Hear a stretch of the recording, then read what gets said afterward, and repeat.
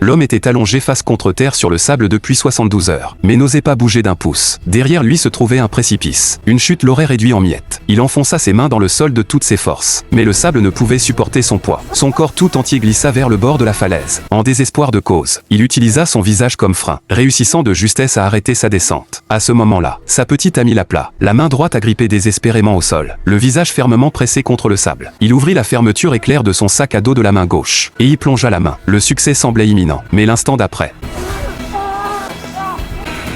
il s'arrêta finalement au bord de la falaise. Il n'osait plus bouger d'un pouce, car derrière lui se trouvaient des rochers déchiquetés. 5 heures supplémentaires s'écoulèrent. À présent, la terreur faisait trembler l'homme, le menant au bord de l'effondrement. Il regardait les vagues se briser en contrebas, et se mit à marmonner. Il calculait le rythme des vagues. S'il parvenait à en chevaucher une pour se jeter à l'eau, il aurait peut-être encore une chance de s'échapper. S'il échouait et atterrissait sur les rochers, il serait réduit en morceaux. À la fin du compte à rebours, il se jeta de toutes ses forces.